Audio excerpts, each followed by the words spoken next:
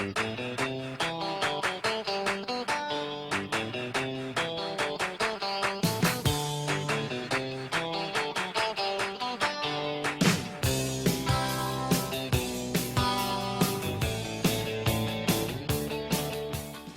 here at Campanelli Stadium in Brockton. I'm Kiley Farrell. Alongside me, I have TJ Hartnett and Ben Hayes. Today we're going to do a recap of the first 2 weeks of the season, as well as what's coming up in the days ahead. First, we want to talk about the Western Division. Sitting at number 1 are the defending champions, the Worcester Bravehearts, with a 6-3 record. Now, Ben, what's really starting to really point out to you throughout the entire division?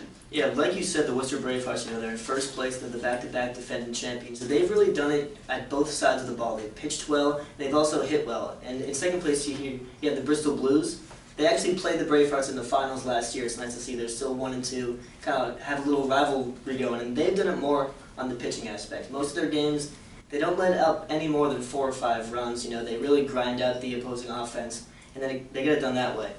And the Pittsfield Suns, they're in third place at 5-5, a game and a half behind the leading Bravehearts. And they've done it on the offensive end almost primarily. They have Eric Hamilton, he's hit a lot of home runs, including Al Zachary has also hit a lot of home runs. They've really put up a lot of runs on the board. Not so much pitching aspect, they don't have very low ERAs, but again, the offense has been great. Then you have Wachusett at 5-5, who, they started out not doing too hot. They've really picked up some steam. They've, now they're only a game and a half back. And the Torrington Tigers at 3-7, they've kind of hit a rough patch. They've now dropped 5 in a row, but we'll see how they end up. And now the Eastern Division, sitting at number 1 for the entire league, are the National Silver Knights with a 7-3 record.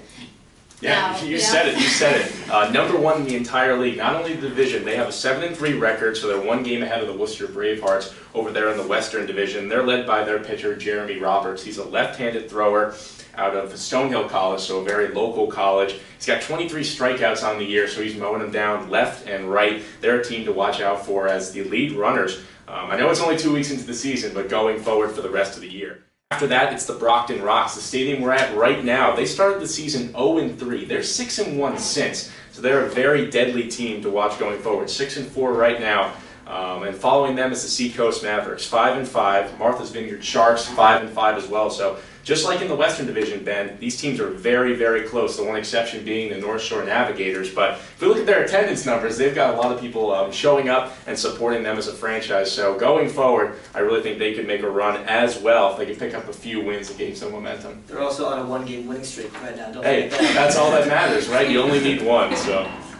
And now, although the teams are doing great, individual accomplishments, we have for 45% hitting average, Colin Giblett and Trent Turner. But an individual that's really standing out, most RBIs, most home runs right now, is Eric Hamilton. What are some things that you have to say about that individual specifically? Well, again, Eric Hamilton, he's one of the leaders of the Pittsfield Suns. He's really made that offense really do great so far this season. And Colin Giblett, he's also on the Suns, so that just shows how well they have done so far. Hamilton, he gave a great interview the other day. He was talking about how if he sees a pitch, he's going to swing at it no matter what his third base coach says. Really, no matter what anyone says, no matter if it's a 3-0 count, he's going to swing at good pitches, and you really have to respect that a little bit because he's not going to let a fourth ball go by if it's right down the middle. So he sits on the fastball, he'll wait on the curveball, and he's really done a great job with that so far. Al Zachary, also on the Pittsfield Suns, has 3 homers. He's right behind, But really, gotta love Eric Hamilton. That's really it. Yes, definitely. Eric Hamilton has really already stood out and has really already, caught a lot of people's attention. And to add more to the batting statistics, one thing that really sticks out to me are 2 guys here in Brockton batting .448 and .417. It's Trent Turner and Eric Feliz, respectively. Turner is a senior over at Memphis, and Eric Feliz, ACC powerhouse school in Notre Dame. He's only a sophomore, and he's number 3 in the league in average. So those are 2 guys for Brockton. This team started 0-3, like we said. They're a little bit on a tear right now, so watch out for those 2 guys. And you already mentioned Jeremy Roberts, pitcher. He has 23 strikeouts, which is the most in the league currently. We also have Dylan Grove and Mitchell Powers with 18 strikeouts. what are some things you have to say about all of those pitchers? Sure, and I mentioned Jeremy Roberts before, hard-throwing lefty who also have some great breaking stuff. 23 strikeouts on the year. He's only gone out there 3 times, so the amount of strikeouts per game ratio is insane. Absolutely. He goes to a small school like Stonehill College, who's going out there and making an impact early. And you mentioned Dillon Grove, Oklahoma, Big 12 school. This kid's a serious contender out there in Martha's Vineyard. Martha's Vineyard, one of the smallest locations being out there on the island, but they produce some A-plus talent. Absolutely. And now, although this news we just talked about is absolutely very exciting, we have even more exciting news. The MLB Draft started this past Friday. It ended over the weekend. 25 guys who have played in the Futures League are now drafted and selected to an MLB organization. You currently go to BC. I know Dante Baldelli, he is an incoming freshman. He hasn't really been there yet, but Joe Cronin, who just graduated. How awesome is that for you? Because I know you said earlier that you guys are friendly. Sure. Yeah, Joe Cronin is an A-plus kid on and off the field. I was lucky enough to be down in Miami for the BC Super Regionals run, something that they haven't done ever. It's actually their first Super Regionals trip. They haven't made the College World Series since 1967, so they're one game away from going to Omaha, and I was lucky enough to be on that trip. Joe Cronin was one of our leaders throughout, had a huge double to start a rally in the second game, the lone game that Boston College won. He played back here when he was an incoming freshman at Boston College, so it's been a while since he's been in the Futures League, but we still represent him well. He played over at Wachusett, and now as the captain of the Boston College baseball organization, he'll be going on to play in the Minnesota Twins organization, drafted in the 34th round as a shortstop. Actually plays third base for BC, so I was joking around with him. I said, shortstop, what was Minnesota seeing that? And he's like, I don't know, I guess I got a little faster over my 4 years. So you mentioned Dante Baldelli as well. I don't know him personally, so I'm going to be a rising junior at Boston College, but he's an incoming freshman. Brother of Rocco Baldelli, someone that has a tremendous MLB career, so we're looking forward for good things for him going in our outfield next season. He got drafted by the Philadelphia Phillies, and he's playing in Nashua currently over the next couple weeks, so definitely go out and go see him over there in Nashua. Absolutely, and although you might not be as cool because you don't know anyone specifically, what are your thoughts on the draft? Well, in the 3rd round, you had the very first Futures League player picked in Aaron Savali from Northeastern. He's a left-handed pitcher. Actually, this past preseason, he was able to strike out David Ortiz in a spring training game, which is very impressive. But now he'll be going to the Cleveland Indians to hopefully continue that success. So. Cool, awesome. That. Yeah, and now back to the Futures League. 62,000 people have made their way down to watch all 10 teams, which is really cool because if you think about it, I mean that's a lot of people. Oh yeah. And the Worcester Bravehearts have 10,000 people who have been to their games in total. No, not in total. And we also have the Pittsfield Suns 10,000 and the Bristol Blues 10,000, and right here the Brockton Rocks have a total of 10,000 people that have been to their games. The Futures League are smashing records from an attendance standpoint. I know our commissioner, Chris Hall, is thrilled about the way that attendance has gone. And guess what? The kids aren't even out of high school yet, or grammar school, any type of school. It's not summertime yet, so those kids haven't even gotten the chance to come down to the ballpark on the weekday games. So the attendance numbers are only going to go higher going forward. You mentioned the Worcester Bravehearts. They've only had 4 home games, over 10,000 people. I was lucky enough. I know you were down in Worcester this past week for a midday afternoon game with a bunch of 1,000 people. More.